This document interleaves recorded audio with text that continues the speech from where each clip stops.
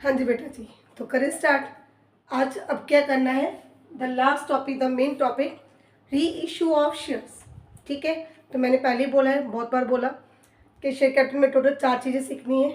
Pro rata, pro rata and arrear, for feature cancel कर रहे हैं, लास्ट क्या बचा, री इशू। ठीक है, तो कंपनी ने जो शेयर्स कैंसिल किए उन्हीं शेयर्स को वो री इशू कर रही है। ठीक है, तो पहले बेटा सिंपल जनरल एंट्री बता रही हूँ री इशू की। आपके पास पैसा आएगा, so bank account debit to share capital. देखो लॉजिक भी समझ आ गया होगा ना, कोई कंफ्यूजन ही नहीं है। पैसा आ रहा है सो बैंक डेबिट करोगे, कैपिटल आपकी इंक्रीज हो रही है सो शेयर कैपिटल को क्रेडिट करोगे, है ना। सिंपल चीज़ है ना, bank account debit to share capital account. ठीक है, अब प्रॉब्लम ये है बेटा, ये शेयर्स कंपनी पार पर इशू कर सकती है, at par. It can be at par, it can be at discount, it can be at premium. ठीक है बेटा, अब नॉर्मली कंपनी डिस्काउंट पर शेयर्स इशू करती नहीं है। ठीक है, अब ये शेयर्स डिस्काउंट पर क्यों इशू हो रही हैं? रीज़न, क्योंकि ऑलरेडी उस पर्सन से हमारे पास कुछ पैसा पर शेयर रिसीव हो चुका, सिंपल रीज़न है। ठीक है, हमने लास्ट किया था, जैसे उस पर्सन ने, मान लो आपके बुक में ना एक टॉपिक है, मिनिमम री issue price, maximum permissible discount. ठीक है, मिनिमम री इशू प्राइस, कई बच्चे रीशू रीशू ही बोलते रहते हैं, रीशू नहीं है, री issue. Maximum permissible discount. Accounts करने बैठते हो फ्रेश होके बैठा करो, अच्छे से चाय कॉफी पी ली, अपना मूड फ्रेश, हंसते हुए, मूड पूरा खुश मिजाज होना चाहिए। ठीक है, रोते हुए अकाउंट्स नहीं होता, कभी भी नहीं होता। हाँ जी, मिनिमम री इशू, कम से कम कितने अमाउंट पर री इशू करो। मैक्सिमम परमिसिबल डिस्काउंट, कितना मैक्सिमम उसको डिस्काउंट दे सकते हैं। तो सिंपल क्या है इसमें, मिनिमम री इशू प्राइस क्या है, amount not received from previous share holder. जिसके शेयर्स कैंसिल किए उससे जितना पैसा रिसीव नहीं हुआ, कम से कम उतना तो लो दूसरे से। अगर आपका शेयर 10 रुपीज़ का है तो दोनों से मिला के कम से कम 10 रुपये मेरे पास आ जाए। ज़्यादा आगे उसका कोई चक्कर नहीं है। ठीक है, क्लियर। तो ज़्यादा कितना मर्जी आ जाए, लेकिन कम से कम उतना आना चाहिए जो प्रीवियस ने नहीं भेजा। ठीक है, तो डिस्काउंट कितना दे सकते हो, अमाउंट रिसीव्ड ऑन फॉरफीचर। ठीक है, या ये कह लो कि आपका फॉरफीटेड अकाउंट में जितना बैलेंस है, ठीक है, उसी शेयर होल्डर का, क्योंकि हो सकता है 2 3 4 ऐसे हो जिन्होंने पैसा ना भेजा हो, तो उस शेयर होल्डर का कितना आपके पास फॉरफिटेड में बैलेंस बोल रहा है। ठीक है, तो वो अमाउंट आप उसको अगले शेयर होल्डर को डिस्काउंट दे सकते हो। इससे ज़्यादा नुकसान हमने अपना नहीं कराना। ठीक है, याद रखना ये बात, थोड़ा सा ना अपनी सोच जो अग्रवाल वाली रखा करो, लॉस नहीं करना। ठीक है, चलो मैं खुद भी अग्रवाल वाली हूँ ना। सो मिनिमम रीइश्यू प्राइस, ठीक है, मान लो एग्जाम्पल ले रही हूँ, उस पर्सन ने कॉल नहीं भेजी, तो मतलब मेरे पास 7 रुपये उससे पर्सन से पर शेयर आ चुके हैं, तो 7 रुपये मैं अगले शेयर होल्डर को डिस्काउंट दे सकती हूँ। तो मिनिमम मैं रीइश्यू कितने में करूँगी, ₹4 में। 7 उससे आ गए, ये तो ज़्यादा हो गया, बोलो भी, बताओ मेरे को। लो 3, ठीक है, तो मिनिमम मैं 3 में रीइश्यू करूँगी और 7 रुपये मैं उसको डिस्काउंट दे सकती हूँ। समझ गए? ठीक है, तो 7 रुपीज़ उससे रिसीव, 7 इज द मैक्सिमम। देखो जरूरी नहीं है, बात ये मत बिठा लेना दिमाग में कि पक्का ही 7 रुपये डिस्काउंट देंगे। नो, दे सकते हैं, आपकी मर्जी, मत दो, 10 रुपये में इशू कर दो, पैसा ज़्यादा बच जाएगा आपके पास, कोई चक्कर नहीं है। लेकिन जो ये MCQ बन सकता है वो क्या है कि मैक्सिमम डिस्काउंट की लिमिट क्या है, जितना मेरे पास रिसीव हुआ, मेरे पास 7 रुपीज़ रिसीव हुए, ये 7 रुपीज़। ठीक है, जो नहीं आया that's the minimum reissue price. Clear है? ठीक है, चलो अब इसी टॉपिक को आगे लेके चलते हैं। At par, at discount, at premium. ठीक है, अगर बेटा आप एट पार कर रहे हो इशू,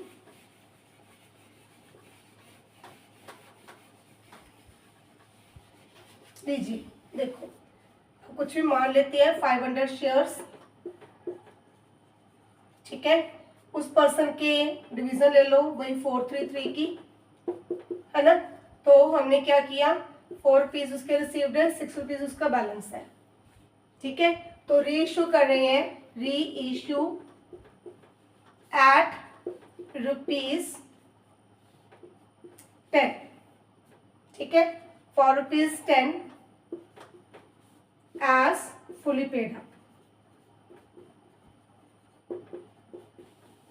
ठीक है। तो 500 शेयर्स आपने 10 रुपए में री इशू कर दिए, ओके। कोई प्रीमियम नहीं, कुछ नहीं बोला, तो मतलब बैंक में आपके पास अमाउंट कितना आ गया, 5000। शेयर कैपिटल इंक्रीज हो गई विद ₹5000। 500 शेयर्स हमने 10 रुपए में री इशू किए, ठीक है, एज फुली पेड। 10 उससे मंगवाए हुए थे, तो 5000 हमारा आ गया, उसको कोई डिस्काउंट नहीं दिया। तो फोरफिटेड में जितना बैलेंस पड़ा था वो एज इट इज आपके पास पड़ा है, आपने उसको यूज नहीं किया, ठीक है। तो अब सेकेंड केस क्या है बेटा, री इशू। अच्छा एक बात और सुन लो बच्चे, इसमें भी बहुत कंफ्यूज होते हैं, ठीक है। जैसे वर्डिंग क्या है, reissue for ₹6 at ₹10 fully paid up लिख लो अकेला।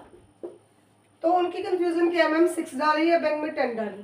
बेटा ₹4 ये होता है बैंक का अमाउंट, जो फुली पेड या एट ₹10 पेड अप वो क्या, वो शेयर कैपिटल का अमाउंट है, ठीक है। पेड अप या कॉल अप लिख लो यहाँ पर।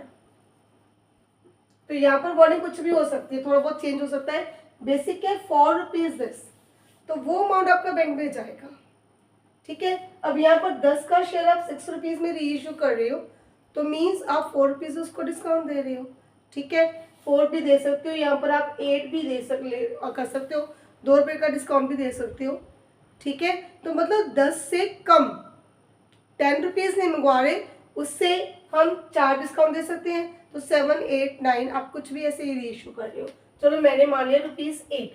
तो अब आपकी जनरल एंट्री क्या होगी बेटा, share sorry bank account debit. अब जो डिस्काउंट दिया वो आप शेयर फोरफिटेड में से उठाओगे, यहाँ पर डिस्काउंट वर्ड आपको यूज नहीं करना। मैंने आपको पहले ही बोला कि उस इंसान का जितना पैसा आया हुआ है वो फोरफिटेड अकाउंट में बोल रहे हैं, ठीक है, उसका सारा बैलेंस उधर ही है ना। तो अगर आप डिस्काउंट दे रहे हो तो उसी में से बैलेंस उठाओगे, उसी को यूज करोगे। सो यहाँ पर शेयर फोरफिटेड का अमाउंट डिक्रीज हो गया, उसको यूज कर लिया, ठीक है। आपके शेयर कैपिटल दोबारा से इंक्रीज, शेयर कैपिटल अकाउंट, ठीक है। अब 500 शेयर्स मान के चले हैं, सो 500 को 8 के साथ मल्टीप्लाई किया, बैंक का अमाउंट ₹2 डिस्काउंट दिया, चलो 2, 500 मल्टीप्लाई बाय 10 का आपका शेयर हो गया, है ना। 4000, 1000 एंड 5000। देखो ये भी आपकी पार की एंट्री, 10 का शेयर 10 में गया, बैंक टू शेयर कैपिटल। अब इसमें डिस्काउंट दिया, 10 का शेयर 8 में बेचा, ₹2 इसको डिस्काउंट दिए, ₹2 कहाँ से लेने हैं, शेयर फोरफिटेड से। बेसिक एंट्री वही है, बैंक टू शेयर कैपिटल, वो ₹2 कहाँ से उठाए, शेयर फोरफिटेड में से उठाए, ठीक है। इन केस आप इसी को प्रीमियम पर री इशू कर रहे हो, reissue for ₹11 as ₹10 fully paid, ठीक है। तो ₹1 प्रीमियम हो गया। अब एंट्री में क्या फर्क डाला, बैंक अकाउंट डेबिट, याद है ना प्रीमियम को क्रेडिट करते भूले तो नहीं हो, शेयर कैपिटल। एक बार मैं चेक कर लूं, आपको ब्लैक बोर्ड यहां से नजर आ रहा है, जस्ट 2 सेकेंड्स, ओके, या नजर आ रहा है। चलो तो बैंक में कितना डालोगे बेटा, 500 मल्टीप्लाई बाई 11। शेयर कैपिटल में कभी किसी चीज का फर्क नहीं पड़ेगा, 10 का शेयर है, शेयर कैपिटल को 10 के साथ ही क्रेडिट करोगी। ₹1 मेरे पास एक्स्ट्रा कमाई हो गई, चलो ₹1 गया आपका प्रीमियम में। तो बैंक में आया 5500, शेयर कैपिटल उतनी ही रहनी चाहिए, और 500 मेरे पास सिक्योरिटी प्रीमियम। देखो ओके काम, ठीक है। This is at par, okay, this is at discount, this is at premium, लिख दो। This is at par, again at discount, and this is at premium. Screenshot ले लिया करो, या प्लीज़ थोड़ा सा अपने हाथों को कष्ट दे दिया, नोटबुक पर लिख लिया, है ना, कोई फर्क नहीं पड़ता। शेर व शायरी भी तो लिख सकते हो, तो ये भी लिख सकते हो। At par, at discount, at premium. ठीक है, अब एक लास्ट जर्नल एंट्री आपके न्यूमेरिकल की जो होगी, बेटा जो ये कमाई आई हुई है शेयर फॉरफिटेड की, अगर ये बच जाती है, ठीक है, तो इस बची हुई कमाई को मुझे ट्रांसफ़र करना है कहाँ, कैपिटल रिजर्व में। अब मैम कैपिटल रिजर्व में क्यों ट्रांसफ़र करना है बेटा, because this is your capital gain. ठीक है, जिनकी +1 की नॉलेज अच्छी है उनको याद दिला दूं कि हमारे जो ये प्रॉफिट होते हैं वो 2 तरह के होते हैं। आप अपने प्रैक्टिकली अपने ऊपर लो। ठीक है, एक तो आपका इनकम का एक रेगुलर सोर्स है। ठीक है, जैसे मैं स्कूल में जॉब कर रही हूँ तो वो स्कूल की सैलरी मेरी रेगुलर इनकम का सोर्स है, so that is my revenue receipts. ठीक है, रेवेन्यू प्रॉफिट, एक दुकानदार है, बैठा है दुकान में, वो बेच रहा है अपना सामान, है ना, तो उसको जो सेल्स हो रही है, सेल में से प्रॉफिट हो रहा है, तो वो रेगुलर बेसिस का है। R regular, R revenue, R रोज की कमाई। तो जो मेरी रोज की कमाई है वो मेरी रेवेन्यू रिसिप्ट है, मेरा रेगुलर प्रॉफिट है, दैट इज नेट प्रॉफिट। लेकिन कई बार क्या होता है, मान लो मैंने कोई प्रॉपर्टी, कोई एसेट सेल कर दी, है ना, तो मेरे पास जो पैसा या जो मेरी इनकम, मेरा प्रॉफिट हुआ, that is of irregular nature. कभी कभी वो जो कभी कभी होता है वो कैपिटल रिसीप्ट होता है। ठीक है, याद रह जाएगा ना, जो कभी कभी का प्रॉफिट है वो कैपिटल रिसीप्ट है, कैपिटल प्रॉफिट है, और कैपिटल प्रॉफिट कहाँ जाएगा, ऑलवेज कैपिटल रिजर्व में। तो जो ये वाला हुआ शेयर कैंसिल करने का प्रॉफिट, ये भी रोज का नहीं है, कभी कभी का है। जो कभी कभी का है वो कैपिटल प्रॉफिट है, जो कैपिटल प्रॉफिट है वो कैपिटल रिसीप्ट है। ठीक है ना, चलो तो इसको डालना है अभी कैपिटल रिजर्व में। कैपिटल रिजर्व में देखो, अब उस पर्सन के जस्ट 4 रुपीज़ आए हैं, तो यहाँ पर कोई डिस्काउंट नहीं दिया। ठीक है, मैं पहले रेजर एंट्री डाल रही हूँ। पहले एंट्री एक ही है, share forfeited account debit to capital reserve. देखो अमाउंट की कैलकुलेशन का चक्कर पड़ेगा, अगर आपको मैडम एंट्री इधर उधर कोई और हो तो फिर नो, एंट्री यही रहेगी आपकी, share forfeited to capital reserve account. ठीक है, एंट्री का लॉजिक बता रही हूँ, वो भी सुन लो। फॉरफिट, जब पैसा आया सभी को क्रेडिट किया, अगर यहाँ पर यूज किया तो भी डेबिट, वहां पर अकाउंट खत्म करें तो भी डेबिट। तो शेयर फॉरफिटेड का जितना भी बैलेंस था उसको डेबिट करके लास्ट में क्लोज करना है। अगर सारे शेयर्स, ये भी सुन लो ध्यान से, अगर सारे शेयर्स री इशू कर रहे हो तो, अगर कुछ शेयर्स अभी री इशू नहीं किए तो उसमें बैलेंस बचेगा। ठीक है, लेकिन अगर सभी के सभी शेयर्स को री इशू कर दिया, ठीक, तो कुछ तो यहाँ पर यूज कर सकते हो एज अ डिस्काउंट, क्वेश्चन में गिवन होगा, वो आपकी सिरदर्दी बिल्कुल भी नहीं है ना। तो अगर डिस्काउंट दिया, कुछ यहाँ पर यूज हो गया, जो नहीं यूज हुआ, अगर सारा नहीं यूज हुआ तो उसका बैलेंस कैपिटल रिजर्व में ट्रांसफर। ओके काम, चलो तो फर्स्ट केस में कोई डिस्काउंट नहीं दिया, 500 पर ₹4 हमारे पास रिसीव है, सो 2000 ट्रांसफर्ड इन कैपिटल रिजर्व। ठीक है, सेकेंड केस में डिस्काउंट दिया, कितना, 1000 आया, कितना हमारे पास, 2000 में से 1000 यूज कर लिया। Entry same, share forfeited account debit to capital reserve, shortcut में लिख दिया मैंने, अमाउंट बचा हमारे पास 1000 कैपिटल रिजर्व में ट्रांसफर।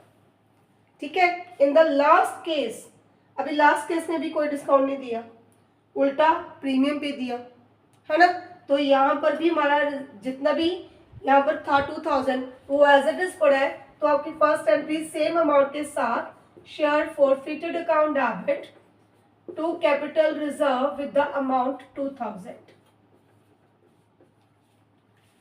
ठीक है जी, ओके है काम। ठीक है, तो फिलहाल इसके साथ आपके टॉपिक सारे कवर अप हो गए हो शेयर कैपिटल के। ये भी बात है कि चलो जब न्यूमेरिकल करोगे तो थोड़ा बहुत इधर उधर होगा, तो मैं कोशिश करूंगी कि ऐसे ऐसे न्यूमेरिकल्स आपको 3-4 प्रैक्टिस करवा दूं जिसमें ओवरऑल सारे टॉपिक्स आपके कवर अप हो जाए। ठीक है, और शेयर कैपिटल की एक बहुत ही ये पॉजिटिव चीज़ है कि इसमें लगभग सारे न्यूमेरिकल्स 90% सेम है। प्रोराटा कैसे निकालना है, एडेड कैसे निकालनी है, फोरफिट की एंट्री क्या है, तो ये सब कुछ सेम ही है। ठीक है, जो थोड़ा बहुत आएगा वो हल्का फुल्का सही है, जो थोड़ा डिफरेंट है। ठीक है, चलो अब लगे आप एक बात और सुन लो आप। कैपिटल रिजर्व बैलेंस शीट में कहाँ शो करोगे? मैं बैलेंस शीट अलग से करवाऊंगी, लेकिन जितनी बार चीज रिपीट हो जाए अच्छा ही है ना। तो कैपिटल रिजर्व कहाँ शो होगा बेटा? लास्ट वर्ड है रिजर्व, तो माइंड में लेके आओ कहाँ हो सकता है? Reserves and surplus. तो जितने भी रिजर्व है, चाहे वो जनरल रिजर्व है, चाहे वो कैपिटल रिजर्व है, ठीक है, चाहे वर्कमैन कंपनसेशन रिजर्व है, वॉट एवर, तो जो भी रिजर्व होगा वो आपका कहाँ पर शो होगा? अंडर, मुझे जहाँ भी जगह मिल रही है मैं लिख रही हूँ, रिजर्व्स एंड सरप्लस। एमसीक्यूज में ये चीजें बहुत तंग करती हैं। कैपिटल रिजर्व का जितना बैलेंस है, तीनों केसेस में अलग अलग बैलेंस, तो रिजर्व्स एंड सरप्लस के अंडर आप शो करोगे नोट्स टू अकाउंट में that this is my capital reserve.